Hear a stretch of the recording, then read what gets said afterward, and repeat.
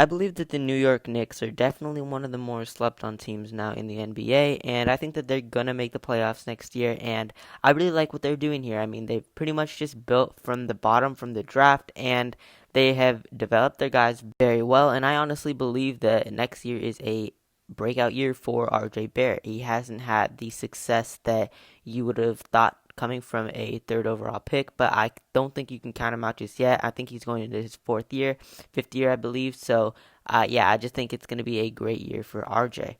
So if you're new to the channel, hit that like button, subscribe for NBA and NFL content. I post Knicks videos here as well, so if you enjoy and you want more of those, make sure to subscribe. Now let's get straight to it. So yeah, the New York Knicks, I do believe that they are one of the more slept on teams in the East especially, and I just think that they're going to make the playoffs because, yeah, I mean, they made the playoffs 2 years ago. They have pretty much the same core of guys there, I would say.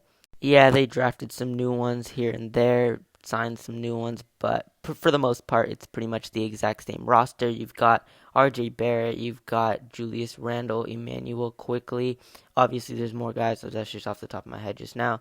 And yeah, I just don't see any reason for them to be worse than they were that year. They need a big season for RJ Barrett. And obviously, they need a big season for Julius Randle after paying him a bunch of money. I mean, last season was honestly horrendous for how much he's making and how he was expected to play. I mean, coming off of a All-Star season, Most Improved Player year to averaging only 20 points per game, 41% from the field. He was honestly shooting very, very bad, especially in the beginning of the year. He did start to pick it up toward the end, but still wasn't a very solid year at all for Julius. Then 10 rebounds, my bad, and then 5.1 assists. So honestly, pretty bad stats considering how much he got paid. But I do believe he can pick it up. We need a big season for him if they want to make the playoffs again. Because if he's playing like he was last year, you're not making the playoffs, especially considering that the year before that he had a great year, averaging 25 points per game, 45% from the field, 10 rebounds, and 6 assists. So he was very good that year, and the Knicks just need him to go back to that form. Jalen Brunson is going to have a huge year for the New York Knicks. I mean, in the playoffs last season, he kind of balled out for the Dallas Mavericks, and if he can play like that, I think the Knicks, they've got a big improvement at the point guard position that they haven't had in a while now. So if Jalen Brunson, if he can be like that, I mean, you've got a preset starting lineup of Jalen Brunson, Evan Fournier, RJ Barrett, Julius Randle, and Mitchell Robinson. I mean, Mitchell Robinson, he's a great defender. He is a 7-foot center. I mean, he can block, obviously. He can defend. He's a great asset to have there at the center position for the New York Knicks. Evan Fournier, yeah, he had his moments last year. I'm not expecting him to be how he was in 2020 for the Orlando Magic and average 20 points. I think he'll probably average around 13 to 14 like he did last year. 41% from the field, yeah, that's pretty good. And then 2 rebounds to assists, that doesn't matter. So, yeah, I just think he can be a good shooter. And then obviously off the bench, Emmanuel quickly, he is a great player to have there, great young guy who you drafted in the first round in the 2020 draft. And he is only getting better. I mean, he is only 23 years old. I mean, last season averaged 11 points, 39% from the field, 3 rebounds, 3 assists. I think he's going to get that up to 15 to 16 points per game this season.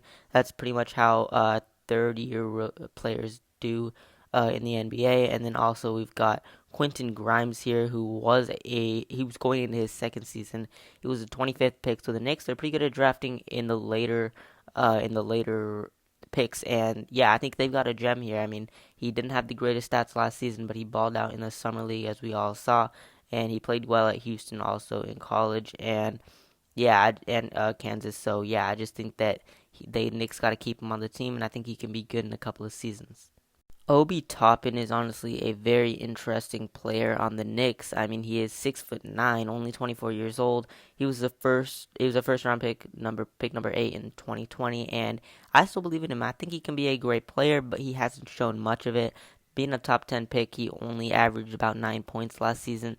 Didn't shoot the greatest for being a big man, and we need to see an improvement all the way through for him. I mean, he did show that he can be good.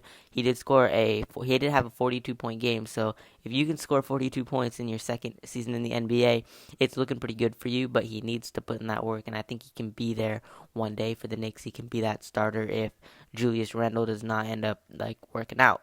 But until then, the Knicks do need a solid backup power forward, on the bench, and I think that he can provide that role for them. Cam Reddish is also very interesting because you don't really know what you're going to get from him. Yeah, last season he did average 6 points. The year before that, averaging 12. So obviously it was a way worse year. He wasn't on the Knicks. He was on the Knicks for about half a year. He was traded at the deadline, so he hasn't really had the time to get that chemistry in with his team. But yeah, I think he'll be better. I think I don't know if they're gonna keep him for the long run. Maybe you'll trade him in the next couple of seasons, maybe in 1 year. But he did show that he can be good. He had a 36-point game. He had a couple of big 30-point games for the Atlanta Hawks. So I think he can be good for the Knicks off the bench one day.